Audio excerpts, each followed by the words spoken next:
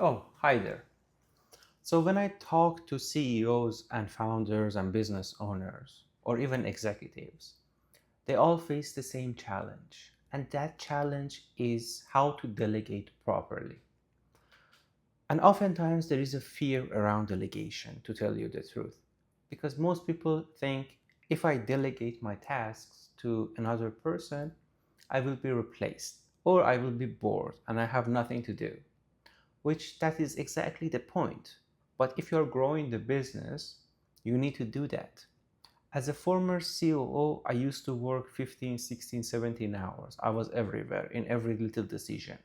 And at some point, I realized that I cannot do everything by myself and I cannot just give instructions and go ahead for every little decision. So I needed to buy back my time and try to delegate and try to coach. So I came up with a 9-step delegation method that a while back I wrote in my newsletter. But I wanted to just share it with you because I know this is a problem that so many people are facing. At the same time, if you want to scale your business, if you want to grow your business and focus on the bigger picture, you need to be able to delegate tasks to other people and coach other people as well so you can grow. And before we jump into the 9 steps that I'm just talking, and it's going to be very quick, delegation is not about just passing on the task. Here are your responsibilities, just go do it. And then if they are making a mistake, just blame them or shout or get angry. Why didn't you do it properly? Delegation is a kind of coaching. You need to look at it as you're coaching someone to be proficient in something that they are starting to do. Even if you are hiring someone who is experienced, when they join the new company, when there are different responsibilities, different culture in the environment, you need to still dedicate some time to develop those people so they can become good at what they do. So the 9 steps that I have is very simple. Show them how to do it. After that, prepare instructions. So if you're not around, they can look at those instructions. Those instructions can be written or you can record videos, however you like it. After that, you need to ask them to do the task. And over here, when they are doing the task, you need to observe and guide them. Once you do that, you just step aside and let them do the job.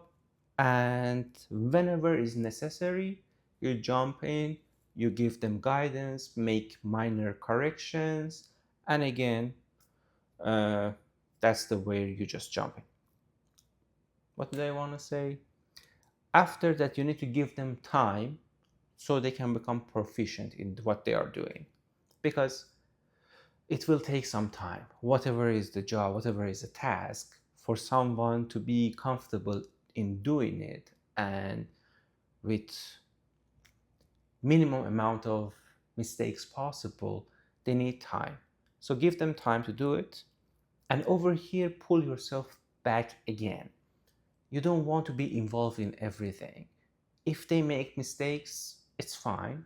Let them do the mistakes. And as long as it's not a major mistake that is going to hurt the business, it's totally fine. And people learn by making mistakes. And throughout centuries, trial and error was the major thing. But over here, with the method that I'm mentioning, you can minimize that. And at the end of it, this is really important for the operation side of your business. You have a mindset, you know how everything works in the business. But when another person comes with different perspective and they become proficient at that specific task, you can ask them to write the process in their own perspective and look at the things that can be simplified. Right now, you're not simplifying yourself, but the new person who you just coached, they are going to jump in and see and give you new ideas and new perspectives to how to simplify that process for you.